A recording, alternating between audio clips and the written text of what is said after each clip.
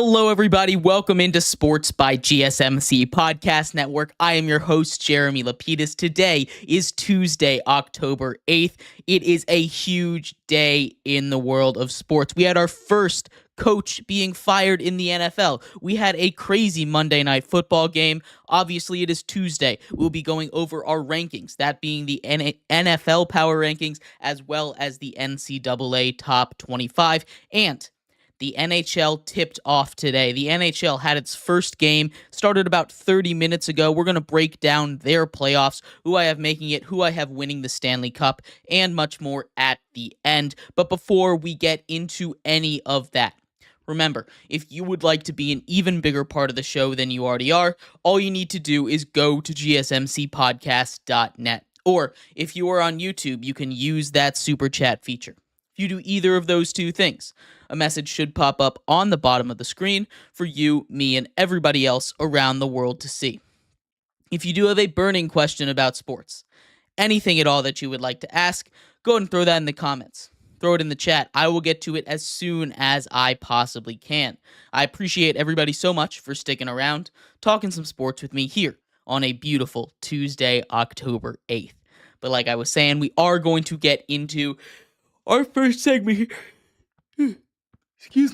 Our first segment here today. Robert Salah was fired. We had our first coach fired from the NFL in this 2024-2025 season for the first time. Robert Salah, first one gone. A little early, a little bit surprising. I personally thought Doug Peterson was going to be the first coach fired. Instead, it's from the Jets. Robert Salah goes down after a loss in London, a game that I called must win. And this firing makes very little sense to me. I want to be on the side of the Jets here, but the Jets have had one of the weirdest off seasons we've seen in a while. Obviously, you get Aaron Rodgers, it's his second year, but it kind of acts as his first because he played 4 snaps last year for the Jets. It didn't help that he didn't show up to the beginning of training camp. There's been lots of rumors, both good and bad, about the relationship between Robert Salah and Aaron Rodgers, and the way I look at it, and this is completely unfounded, it kind of felt like a power struggle here, or they needed a scapegoat, because the Jets have been struggling. But it's not like the defense was struggling, right? The defense has been a top 3 defense since he's been there this whole time. And sure, it has taken a little bit of a step back this year, but that's what happens when you lose a pass rusher like Bryce Huff and you replace him with a guy in Hassan Reddick who has not even shown up yet, not even shown up to practice. He's still holding out on his contract issue. That's a whole nother thing. They needed to find a scapegoat, and they put it on Robert Salah. This is not Robert Salah's fault. This is Aaron Rodgers' fault that this team isn't playing. And I know that might sound a little bit harsh. We know Aaron Rodgers is a good quarterback still. At least I think he still is a good quarterback. As far as being an elite quarterback or a great quarterback, he's not on that level. And I think when you take a look at some of the losses they sustained, it's on him, not Robert Salah. Robert Salah is the defensive mastermind. He's the guy in charge of the defense. And again, that defense played really good, especially last week against the Vikings. You could put a lot of blame on a lot of different people in that game in London. Robert Salah is not one of them. He doesn't call the plays. That's the combination of Aaron Rodgers and Nathaniel Hackett. So if you're looking for someone to blame, it's going to be them. But this team, basically run by Aaron Rodgers, as far as I can tell, as far as personnel goes, especially offensively, it just doesn't work. It isn't working. It isn't working the same way that it did in Green Bay. And I think we're starting to see why Green Bay didn't give this opportunity, this team control opportunity to Aaron Rodgers like the Jets are doing. It's just not working. Now, obviously, I think it would work a lot better if Aaron Rodgers was prime Aaron Rodgers. But still, this firing of Robert Salah just makes no sense to me. This move doesn't move them forward in any way. They, instead of, promoting, if they really thought the defense was the issue, you would think they would promote Nathaniel Hackett to head coach, a guy who has, granted limited, but has head coaching experience. You would think that he would be the interim head coach. Instead, they elevate the defensive coordinator to be the head coach. So clearly they don't think the defense is the problem. And maybe this is something as simple as saying, oh, we're actually going to take a guy that's more beloved. This is a locker room issue, and maybe it's something as simple as that. But when you take a look at the dynamics of this team and why this team has been failing and why this team has lost another big game, it's not on Robert Salah. If I had to put the blame on one person, and again, it's a team sport, I don't think it's fair to put the blame on one person, but oftentimes we need a scapegoat.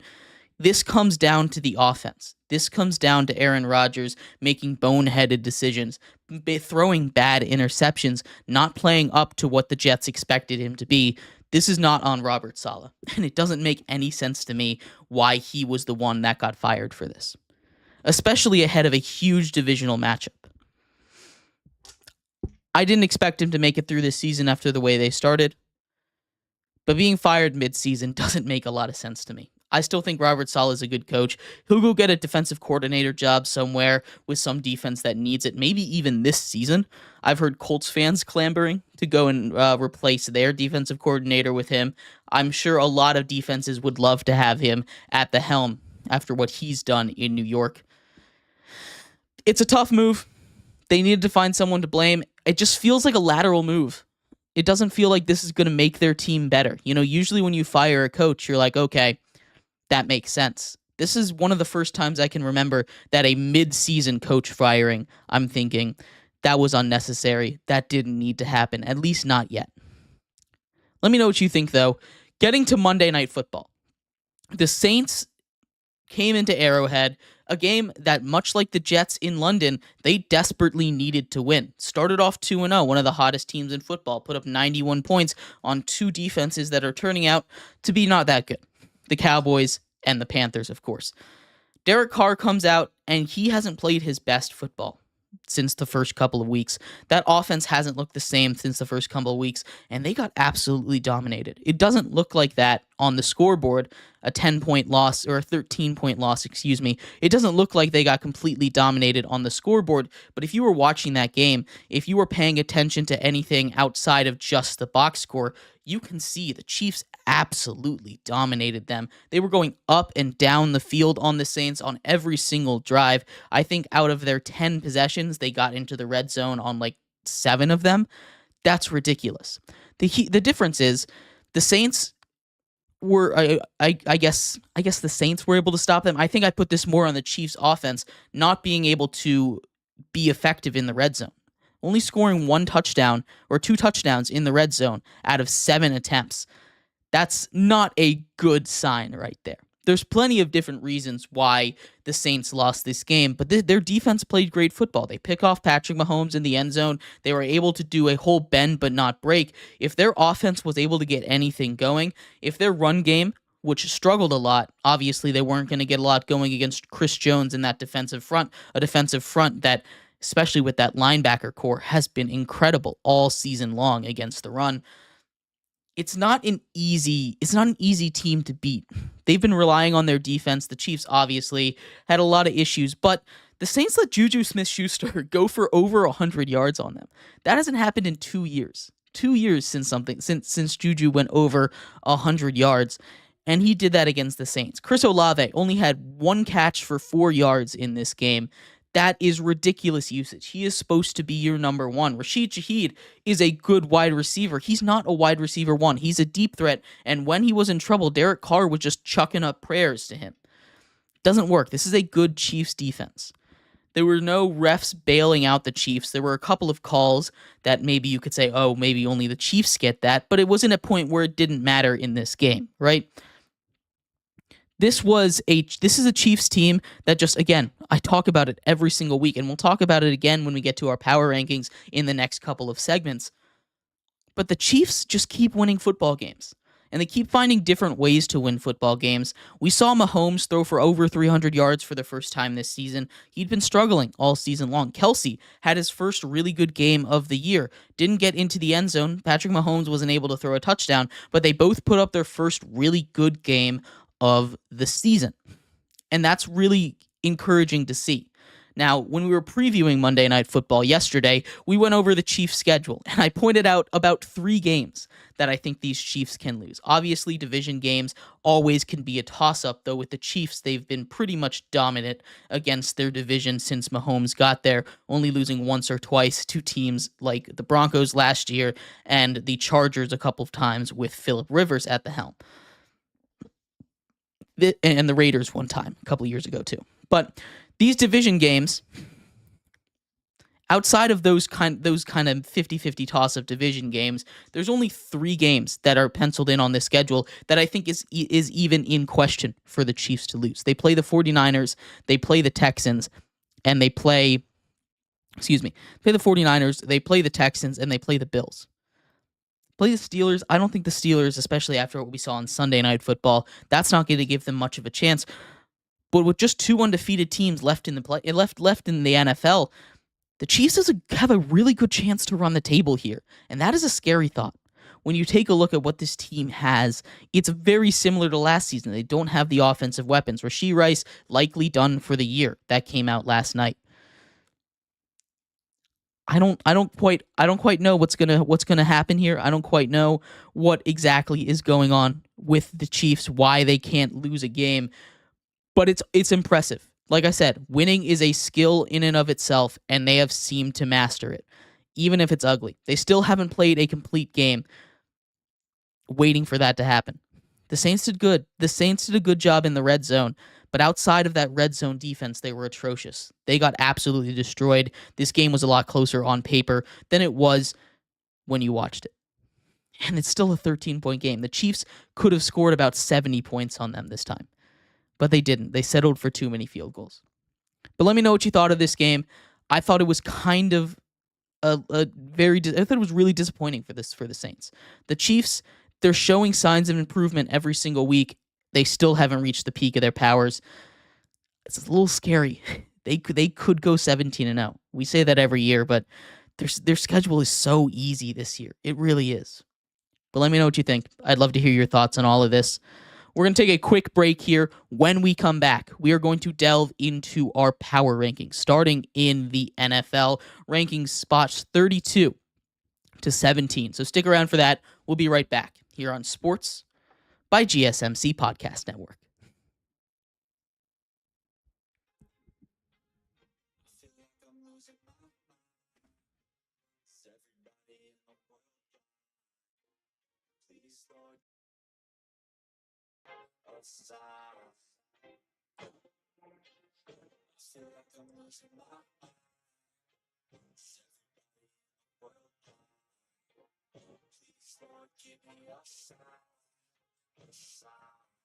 I wanna be the greatest. Everybody on the fake shit. I look around and feel like everybody is the fakest. I'm in this. Every day I'm impatient. Hoping one day I blow up in the basement. Statement. The top is so vacant. I'm in this shit that I think is amazing. Waiting for my day when I'm playing sold out. Getting my way in the replay down. Hitting your place, all this my sound. I want that shit that I'm getting right now. I'm losing it, I'm losing fit, I'm losing shit. It's stupid if you choose to live or choose to dip. You choose to fight and lose your grip and lose your gift. Feel like I'm losing my mind.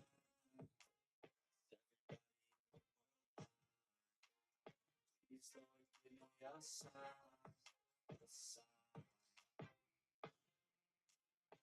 Feel like I'm losing my mind.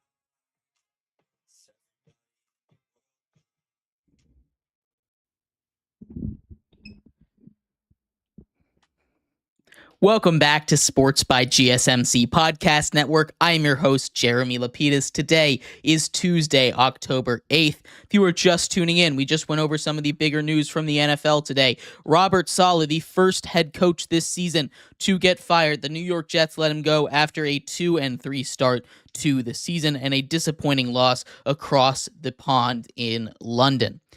In this segment, we are going to take a look at the NFL Power Rankings. It is Tuesday. We do our rankings Tuesday every single week. We're going to start off in the NFL, taking a look at teams 32 to 17. But before we do, remember, if you would like to be an even bigger part of the show than you already are, all you need to do is go to gsmcpodcast.net. Or if you are on YouTube, you can use that super chat feature. If you do either of those two things, a message should pop up on the bottom of the screen for you, me, and everybody else around the world to see. If you do have a burning question about sports, anything at all that you would like to ask, go ahead and throw that in the comments. Throw it in the chat. I will get to it as soon as I possibly can. I appreciate everybody so much for sticking around, talking some sports with me here on a beautiful Tuesday, October 8th. But like I was saying, we are going to get into the NFL power rankings here, starting off at number 32. Number 32 here, right back where they were at the beginning of the season, falling 6 spots, the New England Patriots. The New England Patriots have just announced, and we'll do a segment on this tomorrow, Jacoby Brissett is no longer the starter. Drake May, now the starter for these New England Patriots. They're back down at 32. They continue to lose football games. They're just not a very good team. They make that change at quarterback, maybe things will change. I don't see it. The offensive line is awful. Could not stop a breeze right now. It's not very good. But they do have the ability to turn it around still. Tough look this week against the Miami Dolphins, who are right there at 31. The Miami Dolphins, who were at 32 last week, did not show me much to prove that they are a better team than I expected. Tyreek Hill got a little more involved, and that's exciting to see. Still wasn't really able to get into the end zone. We saw Devon Achane go down with a concussion. This is not a team that I really believe in. I like Snoop Huntley. I do. I think he's a better quarterback option than Tim Boyle, obviously, than Skylar Thompson. But still, this team has a lot to do offensively and defensively. It has a lot left to be desired. They beat the Patriots, so they can't be at the bottom. But still, not a very convincing performance from these Miami Dolphins. They're up 1 spot to 31. At number 30, it's those Cleveland Browns. What a sad performance from the Browns. Coming to Washington, they looked awful. They came out flat. This was a game that they had to win, that they had to say, hey, we're not in free fall mode. Deshaun Watson, he's a mess. He shouldn't be the starter. He's going to be the starter, not because Kevin Stefanski and that coaching staff think he's the best option, regardless of what they say, but because they have to pay him $230 million guaranteed. If they bench him, he will be owed $172 million to sit on the bench. And they can't do that.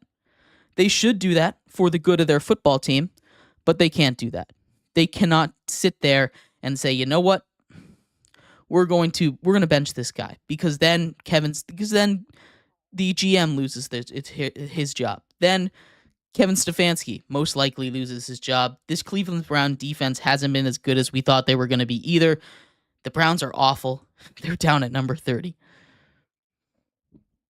At 29, we have the Tennessee Titans coming off a big win on Monday Night Football. They had a bye. Curious to see what's going to happen. They say Will Levis is the starter, but Mason Rudolph looks so much more competent back there.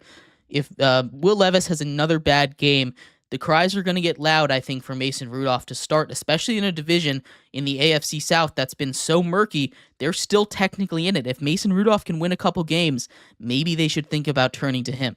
I definitely would, although it's a lot tougher when you're talking about a young quarterback benching him. Will Levis still has a lot of potential left in him that we can see. He just needs to not turn the football over. The Titans are here at 29. At 28, it's the Las Vegas Raiders. The Raiders are a mess right now. They cannot figure it out. Antonio Pierce, who was a locker room hire, seems to have lost a little bit of the locker room, right? Devontae Adams, very angry at him. He wants a trade. They bench Gardner Minshew in the middle of the game. They haven't decided who's going to be the starter. Both of those quarterbacks are about the same. I think they're going to roll with Aiden O'Connell, but I'm not sure. That's the second game this year where Aiden O'Connell has come in at the end, looked kind of competent, although, both of those quarterbacks look about the same, in my opinion. The Raiders are a bad team. They've got a lot of holes, and they've got some issues in the locker room they need to figure out. The Raiders are down 3 spots to 28. At 27, it's those Carolina Panthers. Another loss for them. This was the first blowout loss that they've suffered. Think about going back to him. Probably not. This Panthers team is abysmal in every possible meaning of that word.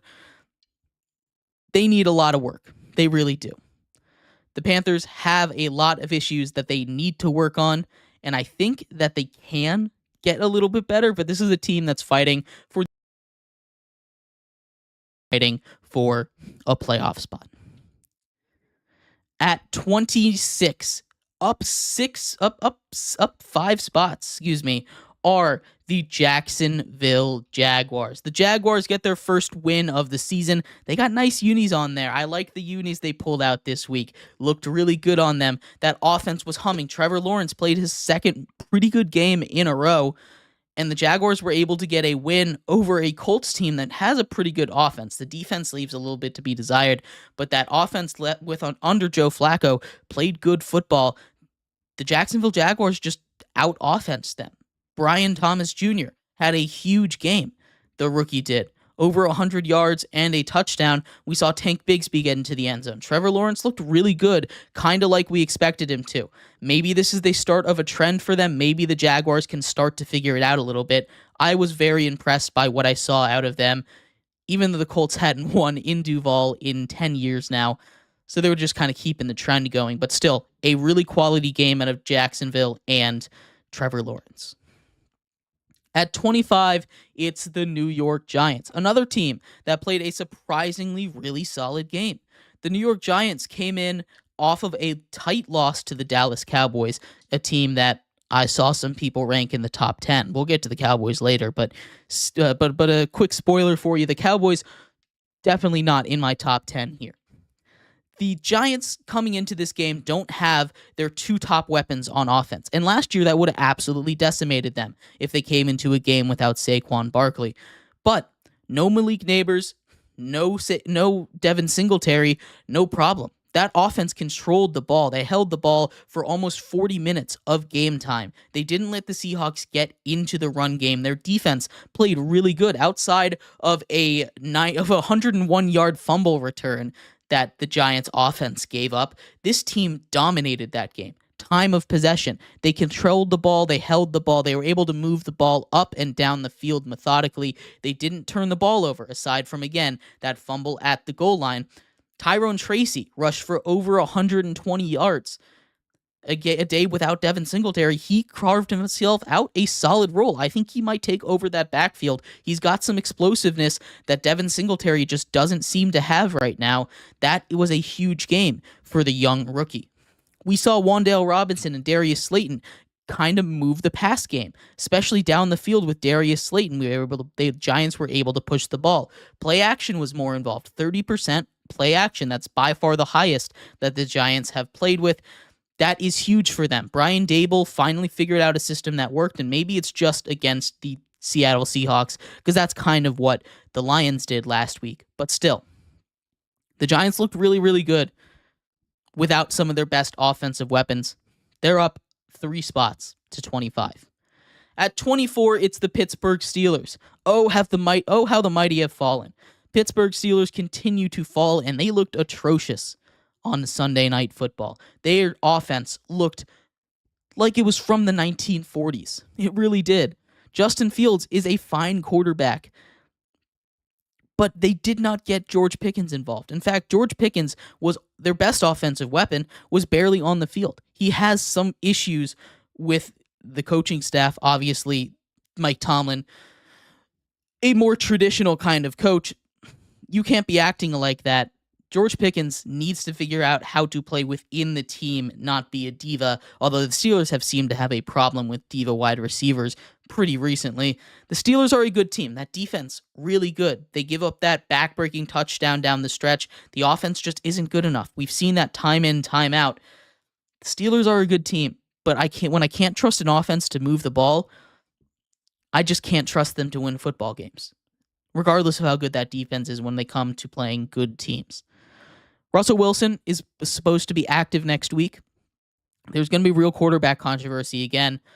I'm not sure how they're going to handle this. I don't know what's going to happen, but it's kind of becoming a mess up in Pittsburgh. At 23, it's the Denver Broncos, and they've won 3 straight games. The Denver Broncos defense has been electric to watch all season long. Pat Surtain has been amazing. Amazing. Patrick Surtain has been a true defensive player of the year candidate. We don't see corners win that award too often. The last one was Stephon Gilmore. He had 2 interceptions, one of them a 100-yard pick six, but he shut down some of the top receivers in the league, and that's the reason the Broncos are winning. Their offense is doing just enough. Bo Nix isn't turning the ball over. That's a good Broncos secondary. Maybe they can make some noise this year. I still hate their quarterback situation, though.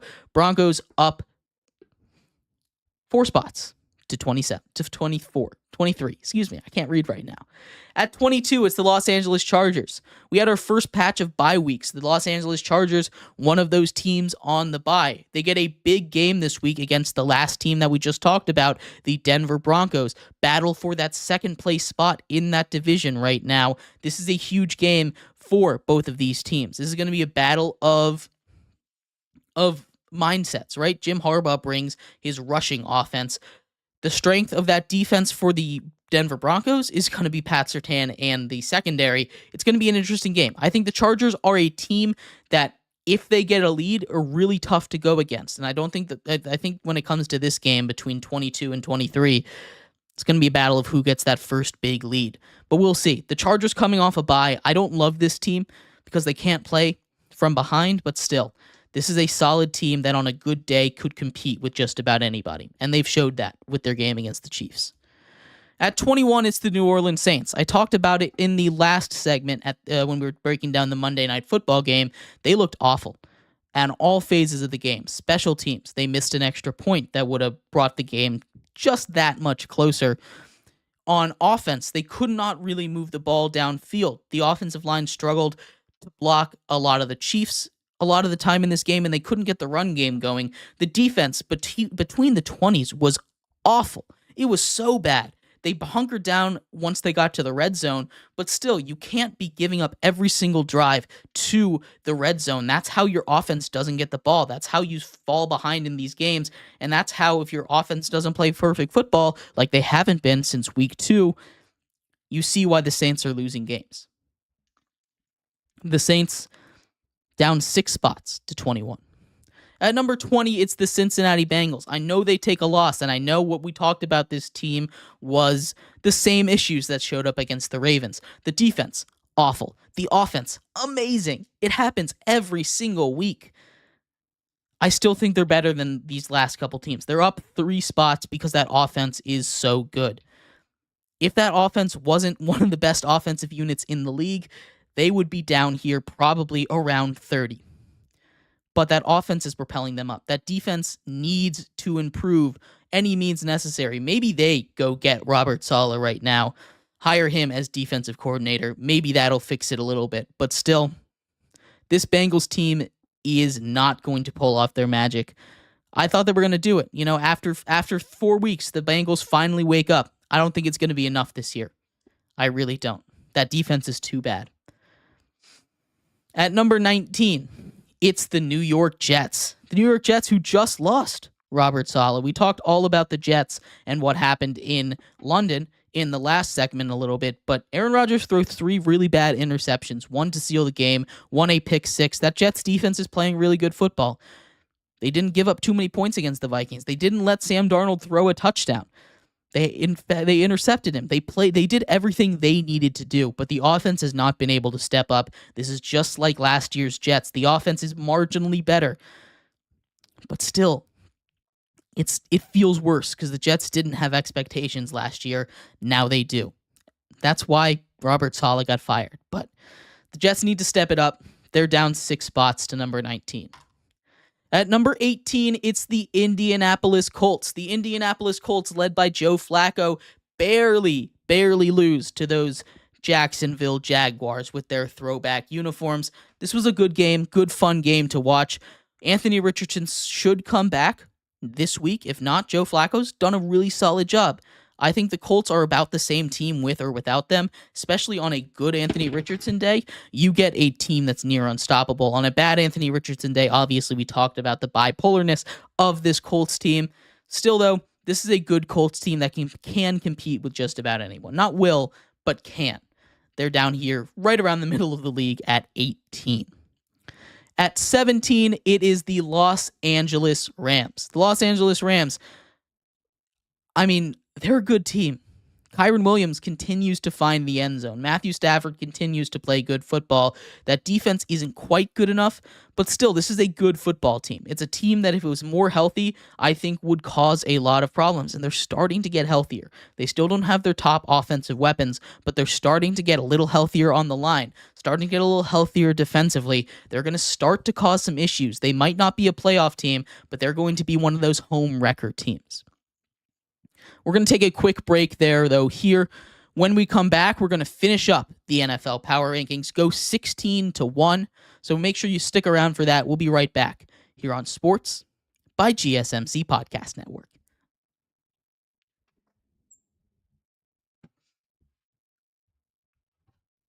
For the best and latest podcasts available anywhere, go to the podcast app on your cell phone and type in GSMC. To access free content-rich podcasts on health and wellness, book reviews, sports, entertainment, relationships, social media, movies, technology, finance, and even weird news. Subscribe and download the GSMC Podcast Network's family of shows, available everywhere podcasts are found.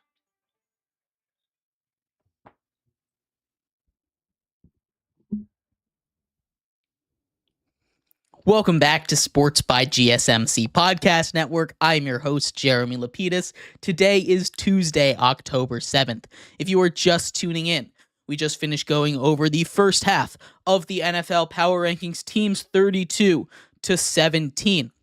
We're going to finish the other half up, the top half, teams 16-1 in this segment. But before we do that, remember, if you would like to be an even bigger part of the show than you already are, all you need to do is go to gsmcpodcast.net. Leave a tip or donation with a message in it. Or if you are on YouTube, you can do the exact same thing with the Super Chat feature. If you do either of those two things, a message should pop up on the bottom of the screen for you, me, and everybody else around the world to see. If you do have a burning question about sports, anything at all that you would like to ask, go and throw that in the comments, throw it in the chat. I will get to it as soon as I possibly can. I appreciate everybody so much for sticking around, talking some sports with me here on a beautiful Tuesday, October 8th. But like I was saying, getting into the next round of the NFL Power Rankings, Team 16 to number 1. Obviously at 17 here we had the Los Angeles Rams, but at 16, it's those Dallas Cowboys. The Dallas Cowboys get a huge come-from-behind win against a good Pittsburgh Steelers defense. But still, this team is not encouraging. CeeDee Lamb has yet to really break out. He seems to be having some issues with quarterback Dak Prescott. Not entirely sure what that is. Tolbert has seemingly been the wide receiver one the last couple of weeks outside of one deep shot to CeeDee Lamb last week. Tolbert took a lot of the targets.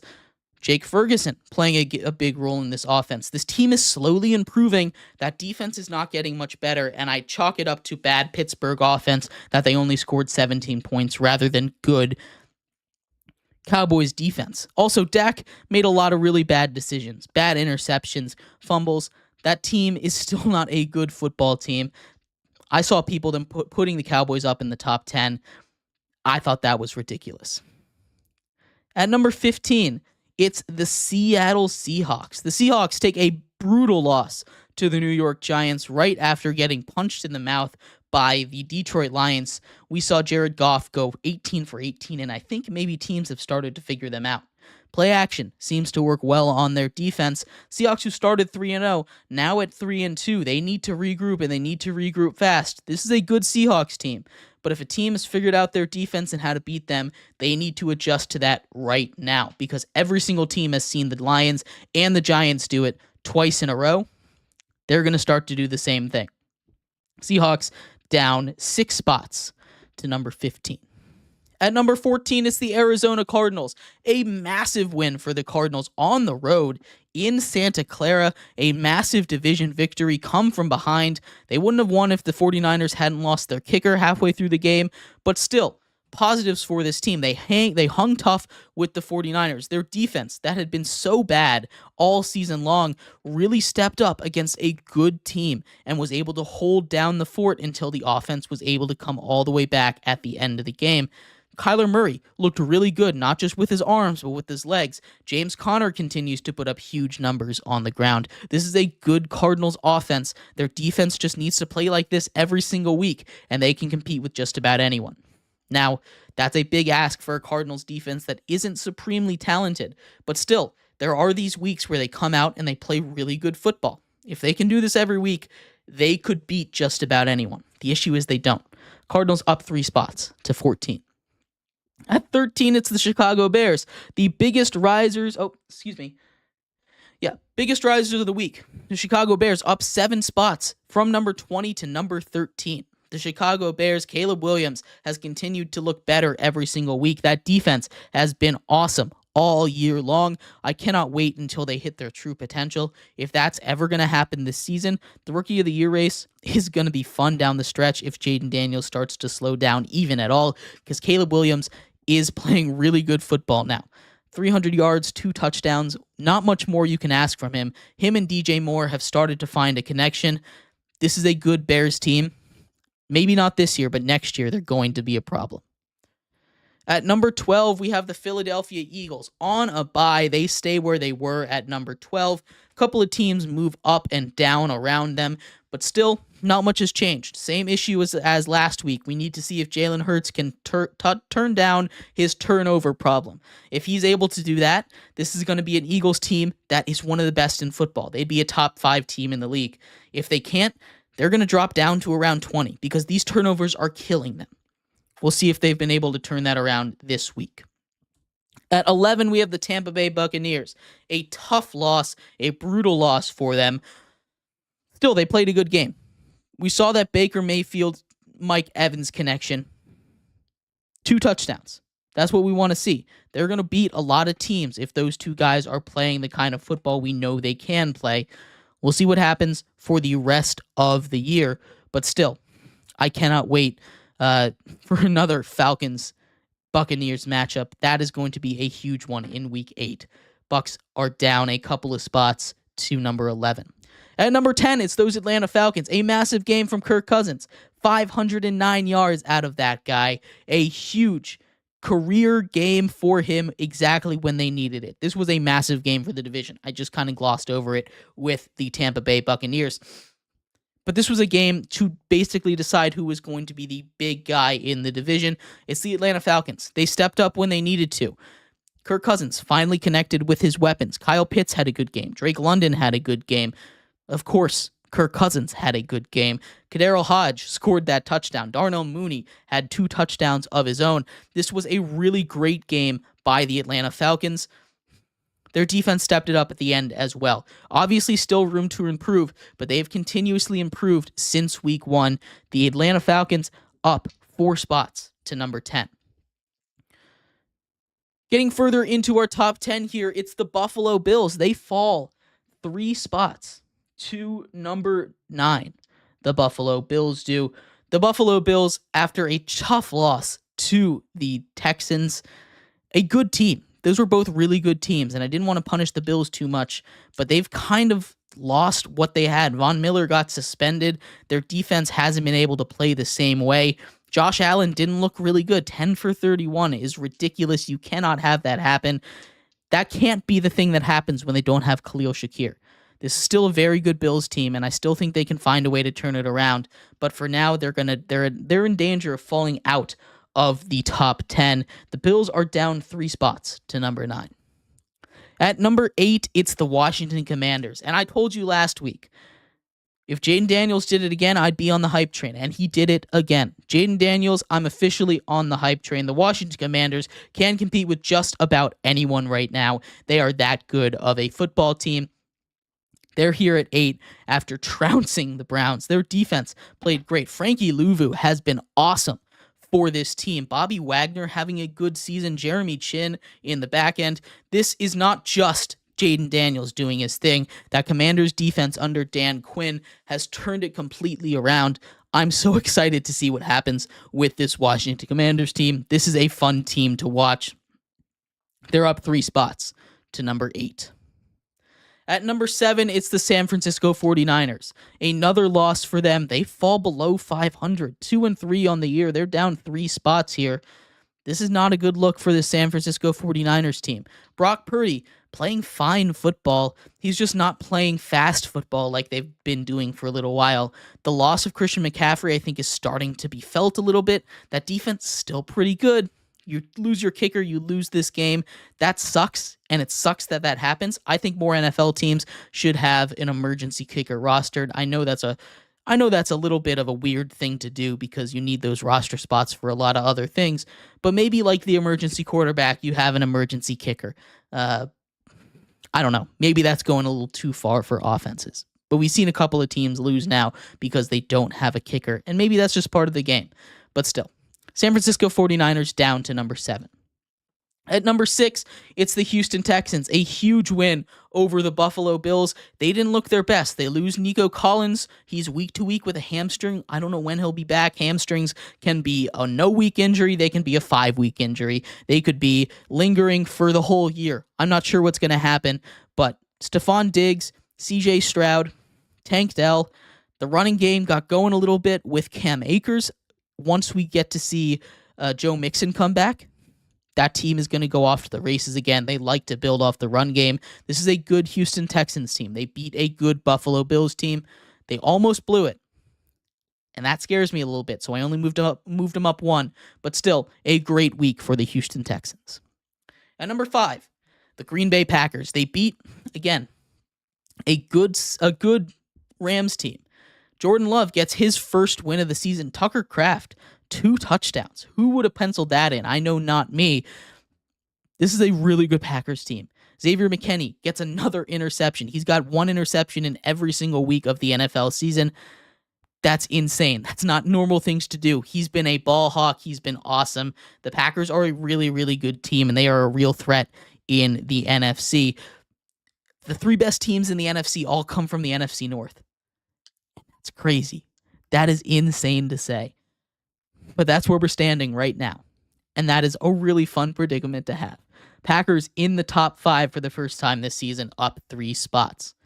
At number 4, it's the Baltimore Ravens. The Baltimore Ravens up 1 spot from number 5 last week. Derrick Henry didn't have much of a game until overtime, where, he just keeps wearing them down and then out of nowhere breaks a 50-yard run to set up the game-winning field goal. They came back. Lamar Jackson played awesome. One of the greatest plays I've ever seen. Fumble snapped, stiff arm a defensive lineman, throwing on the run across your body to the end zone to find a tight end. That is a crazy, ridiculous play. The Baltimore Ravens are finding their footing. This is the team that they should have been at the beginning of the year. It just took a little bit of time for them to get there. Ravens at number 4. At number 3 is the Detroit Lions. And maybe it's unfair of me to move them down a spot on their bye week, but I couldn't ignore the team at number 2, what they were able to do this week. The Detroit Lions, a very good team. They were at 2 last week. They're on a bye. No reason they shouldn't have been there again, but the team that hopped them, I think, proved that they deserve to be at number 2. That team being the Minnesota Vikings. The Minnesota Vikings, 5-0. They continue to win football games. They travel across the pond to London and survive a bad Sam Darnold game. They still come out with a victory. Aaron Jones' injury is something to watch. I think that's something that actually will plague them a little bit later on, but that defense played awesome. Van Ginkel, pick 6. 3 interceptions off of Aaron Rodgers, the guy who has the lowest touchdown to interception ratio in the history of the NFL. Maybe not anymore, but he's been so good at not turning the ball over his whole career. The Vikings get 3. Brian Flores' defense has been awesome. Kevin O'Connell's offense has been awesome, and this is a great, great Vikings team. We'll see what they do at the quarterback position after this year, because maybe there's some debate there. But the Vikings up to number 2. And of course, at number 1, that leaves the Kansas City Chiefs. Travis Kelce, we talked about it when we talked about Monday Night Football. They finally got good games out of Travis Kelce and Patrick Mahomes. Xavier Worthy scored another rushing touchdown. Kareem Hunt looking really good at running back. Over 20 carries, nearly 30 carries in that game for him. Almost 100 yards on the ground. This is a good Chiefs team. That defense is the heart and soul of it. That linebacking core is awesome, and it's going to be really tough to beat this team with that defense, especially when they come out early with the lead and force turnovers. Chiefs continue to be at number one until someone can dethrone them. Let me know if there were any teams on this list that you thought was wrong. We're going to run through the top 10 really quickly for you. At number 10, it's the Falcons. 9, the Bills. 8, the Commanders. 7, the Niners. 6, the Texans. 5, the Packers. 4, the Ravens. 3, the Lions. 2, the Vikings. And number 1, the Kansas City Chiefs. Let me know what you thought of this list.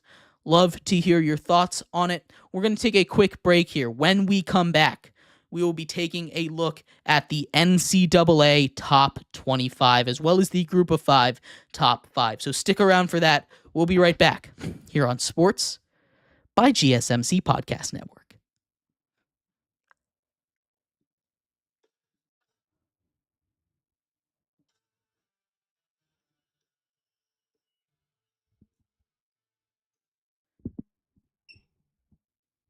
For the best and latest podcasts available anywhere, go to the podcast app on your cell phone and type in GSMC to access free content-rich podcasts on health and wellness, book reviews, sports, entertainment, relationships, social media, movies, technology, finance, and even weird news. Subscribe and download the GSMC Podcast Network's family of shows, available everywhere podcasts are found.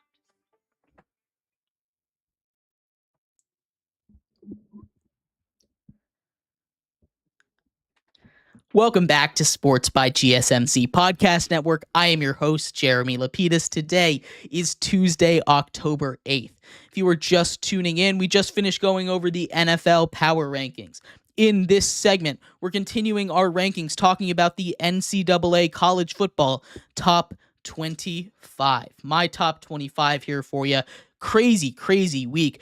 4 teams in the top 10 lose, 6 teams in the top 25 lose, 5 teams in the top 11 lose. What a crazy week it was. We're going to break down what that did to the standings and more coming up in just a second. But before we do, remember, if you would like to be an even bigger part of the show than you already are, all you need to do is go to gsmcpodcast.net.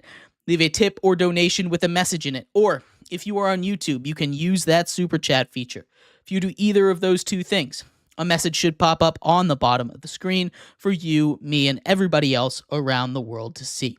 If you do have a burning question about sports, anything at all that you would like to ask, go and throw that in the comments. Throw it in the chat. I will get to it as soon as I possibly can. I appreciate everybody so much for sticking around, talking some sports with me here on a beautiful Tuesday, October 8th.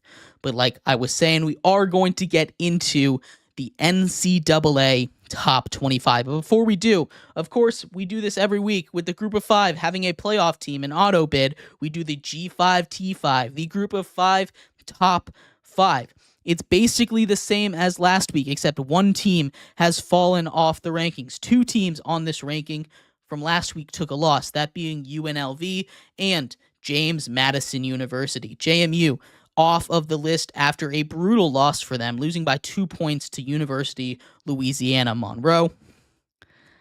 ULM, they coached themselves out of that victory. The Dukes fall off the list here, but at number 5, it's Washington State.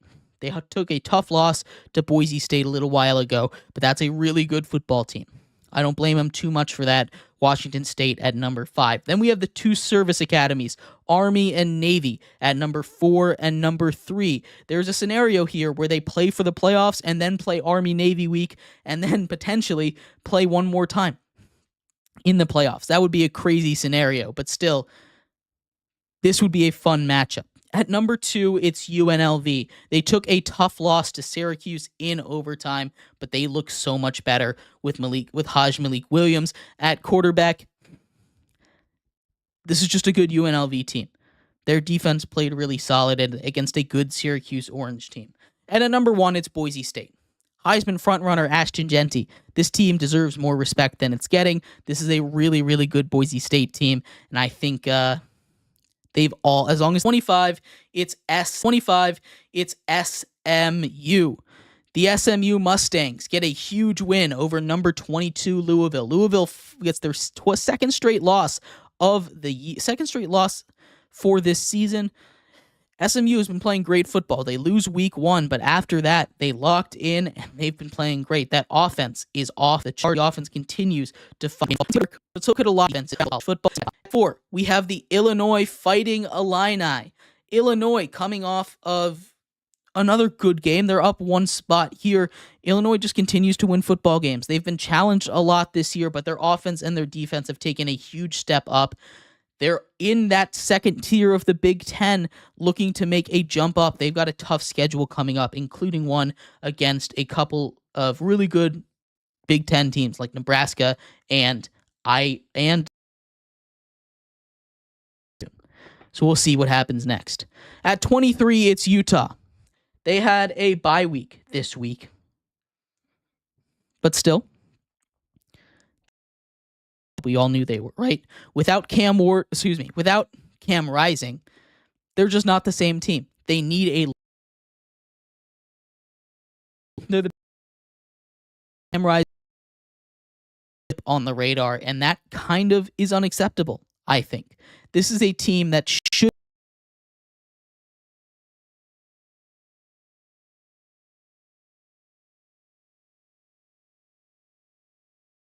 be making waves. They've had to deal with the same quarterback injury for like 5 straight years, and they haven't learned from it. Utah barely holding on to that top 25 spot. At 22, another team that's barely holding on to the top 25 spot, it's USC. The Trojans suffer another loss. They were at 11 last week. They're down 7 spots in my personal poll. This team just isn't putting a lot of confidence in me. They are very close to being out of it, but it's been such a mess this year in college football, and especially this week, they hold on to their spot because of how messy it's been for them all season long. At 21, it's Kansas State. Kansas State, again, they had a bye this week, but still, they looked really, really good after, falling out of the top 25, at least in my top 25. They got a win last week. There's no reason to punish them any further. Kansas State, good football team, Big 12 competitor. At 20, it's the Kentucky Wildcats. With how crazy the SEC has been all season long, Kentucky deserves to be ranked. I know they're not ranked nationally, but still, Kentucky is a very good football team. They took Georgia to the brink. They beat Ole Miss, 2 top 10 teams in the nation that they beat and almost beat. They should get some credit for that. Kentucky continues to play good football. They destroyed South Carolina, who almost beat LSU. This is a wild SEC year this season, and Kentucky deserves a little bit of respect. At 19, it's the Indiana Hoosiers, the first and only current bowl-eligible team. 6-0, Curt Cignetti just wins anywhere. I've been telling this to you guys ever since this season started in the preview for the Big Ten. Watch out for Indiana. They are 6-0 now. They've stolen half of JMU's players. Maybe that's a little bit of me getting a little bit of school pride here, but still, Curt Cignetti, a great coach, one of the best in the nation, in my opinion. He just finds a way to win wherever he goes. This Indiana team is really, really good. 6-0, the first bowl-eligible team in the nation. This is only the second time ever they've been 6-0. They get a tough test this time against Nebraska. I think they can do it, but we'll do some previews of that later on. At number 18, it's Mizzou, a brutal loss for them against Texas A&M this week. They were ranked in the top 10 for so long, a couple of shaky games, able to hold off some losses. They finally drop one, and they drop pretty far. They're down, in my poll, 8 spots, down 10 spots, down over 10 spots in the AP poll. It's just a brutal look for Missouri, a crazy SEC. Again, it's going to be a crazy SEC schedule. Mizzou, I think, is still a good team, but that offense needs to be a little bit more consistent. At 17, it's Texas A&M. They put the smackdown on my number 18 team, Missouri. absolutely destroyed them. Texas A&M coming in, Connor Wegman, his first start since week 2, and this team looked like a completely different animal. They really did. They look like one of the best teams in the nation. I want to see it one more time before I promote them too far, but Texas A&M, a very, very good football team. At 16, we've got BYU. They are coming in off of a bye, but still what they've done earlier on in this season has proven why they should be a top 20 team in the country. They move up a little bit by virtue of what a crazy week it was. BYU, watch out for them in the Big 12. 15, it's Oklahoma, another team on a bye, moves up a little bit by virtue of some losses. This is a good Oklahoma team. Again, everything I just said about BYU can apply. That Oklahoma Sooners defense is awesome. That offense needs to be a little bit more consistent, but still, they win a couple of tough games. They're up here at 15. 14 belongs to the LSU Tigers. LSU, I mean, they destroy. They absolutely destroy in a game that I was not expecting to be that big. Apologize. LSU off of a bye this week. LSU coming in off of, a matchup with a couple of teams. This is a good LSU team. I really do think this is a good LSU team. Garrett Nussmeier coming in leads that offense pretty solidly. They've got a lot to work on. Nothing's perfect about this team, but if they can win a couple more big SEC games, including one this week, I think they could get a big boost in the rankings, especially, again, with everything that happened this week. At 13, and this is probably my hottest take, Boise State moves all the way up in my rankings to number 13. Ashton Jeanty on a Heisman collision course. The Boise State Broncos have been near unstoppable. Ashton Jeanty has over 10 yards a carry, almost 15 yards a carry this season. He's on pace for 2,700 yards for 40 touchdowns. He's going to shatter running back records if he's able to keep this up. I can't imagine what he would do if he played in the second half of games. He's sat out of 2 halves so far. He's only played 16 out of 20 possible quarters, and he's doing this. That is ridiculous. He is awesome. More respect needs to go on Ashton Jeanty's name. 12, we get into the top 12 here, the playoff field of sorts, I will say. Notre Dame. Notre Dame with another big win last week. They were on a bye. Can't give them any credit for that. We can say they beat the bye week, but that doesn't mean anything.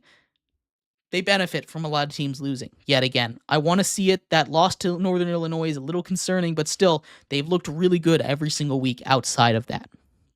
At 11, it's Ole Miss. Ole Miss with a big win over South Carolina, a team that gave fits to LSU. I know they just came off of a loss to Kentucky, a team that I think is very good. But with everyone else in the SEC losing, they stand a chance. They're back in it now. I think this is anybody's race. And Ole Miss, I think, benefited one of the most from this week. At 10, it's Iowa State. Iowa State's defense is brutal.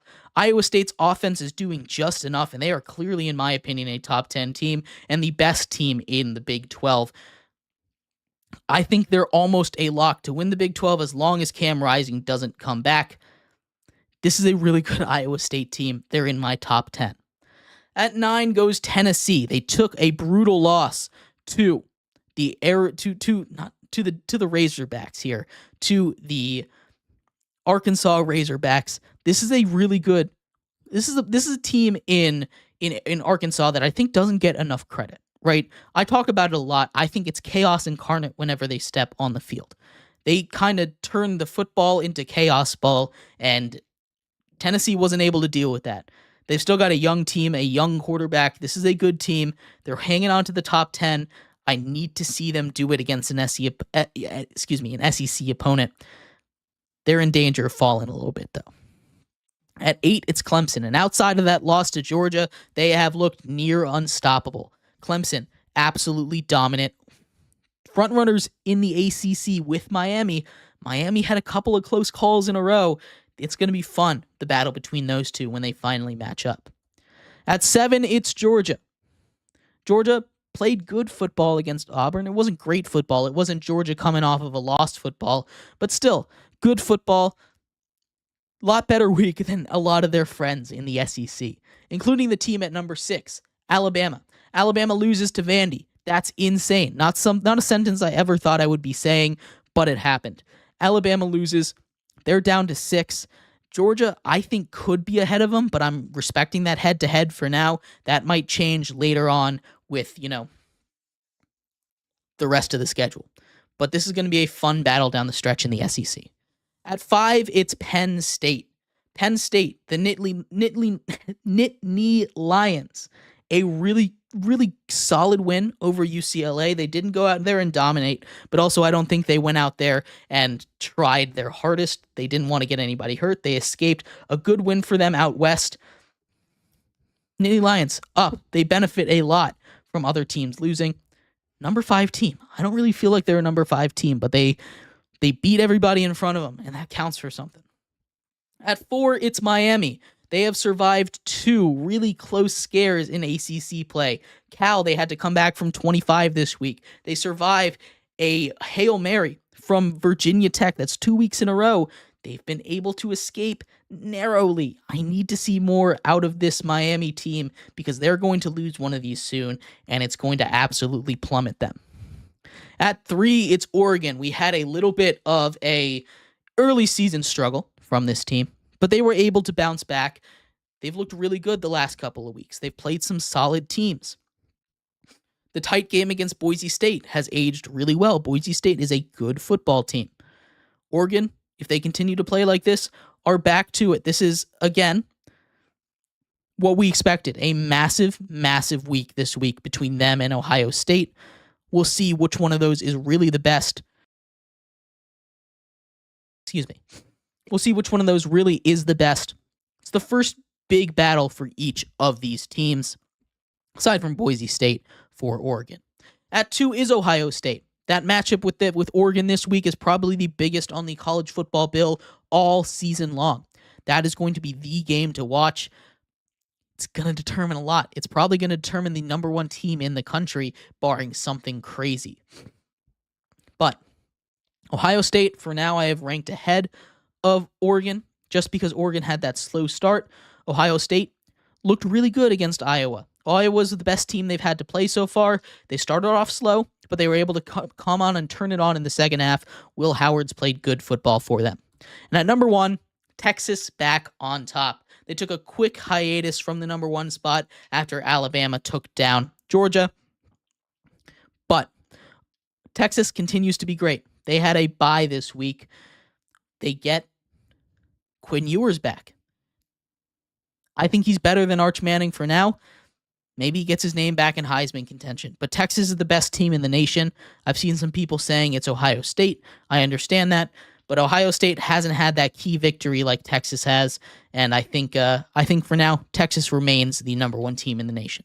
But let me know what you think. I'd love to hear your thoughts on all of this. We're going to take a quick break here. When we come back, we are going to finish off our show talking all about the NHL. The NHL season puck drops today. It's already started. It started at 4:30. We'll talk all about the playoffs, who I have winning the Stanley Cup, and who I have being there, and more. Coming up next here on Sports by GSMC Podcast Network.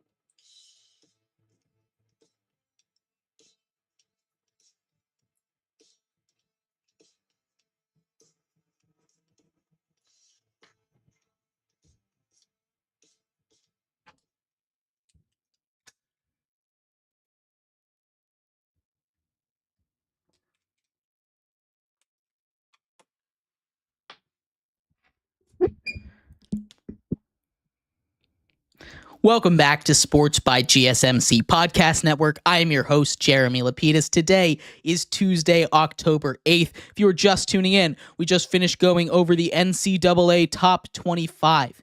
In this segment, we are kicking off the NHL season today. We're going to be going over the 8 teams from each conference I have making the playoffs, as well as a couple storylines, and of course, my Stanley Cup predictions. But before we do, remember, if you would like to be an even bigger part of the show, than you already are, all you need to do is go to gsmcpodcast.net. Or if you are on YouTube, you can use that super chat feature. If you do either of those two things, a message should pop up on the bottom of the screen for you, me, and everybody else around the world to see. If you do have a burning question about sports, anything at all that you would like to ask, go and throw that in the comments, throw it in the chat. I will get to it as soon as I possibly can.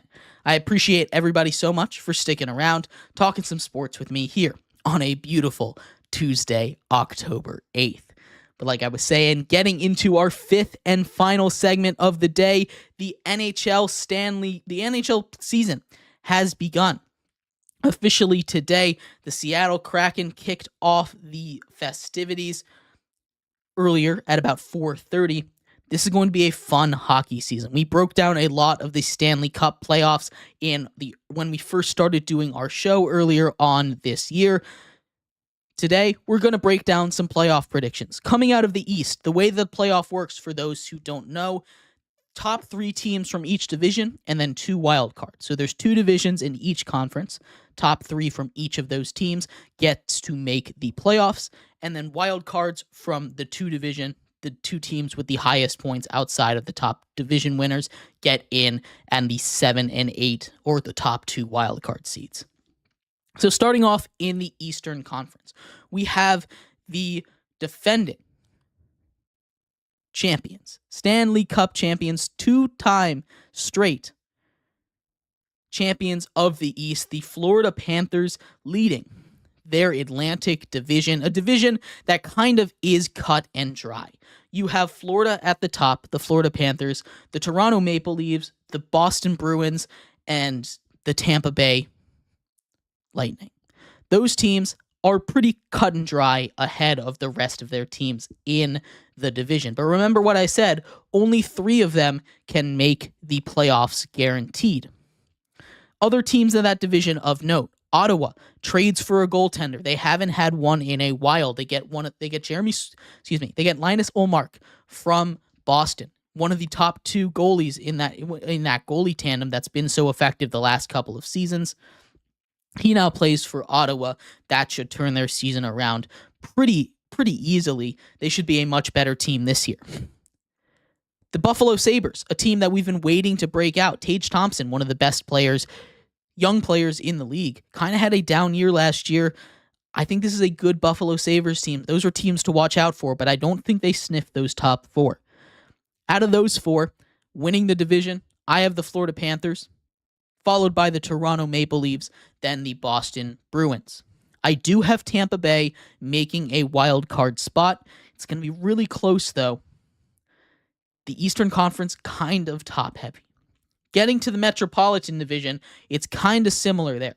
You have 3 teams that I think are head and shoulders above the rest. The New York Rangers, the New Jersey Devils, and the Carolina Hurricanes.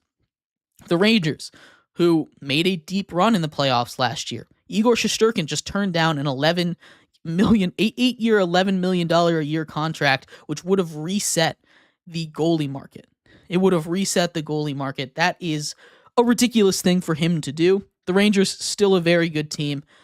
Outside of those top 3, you have the old aging teams, the Capitals and the Penguins. You have the New York Islanders, a team that can scratch and claw its way in.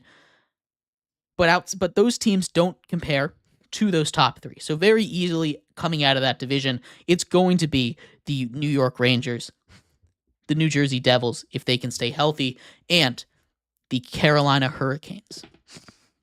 Getting to the 2 wildcard spots. I already told you about Tampa Bay, and then it gets really dicey.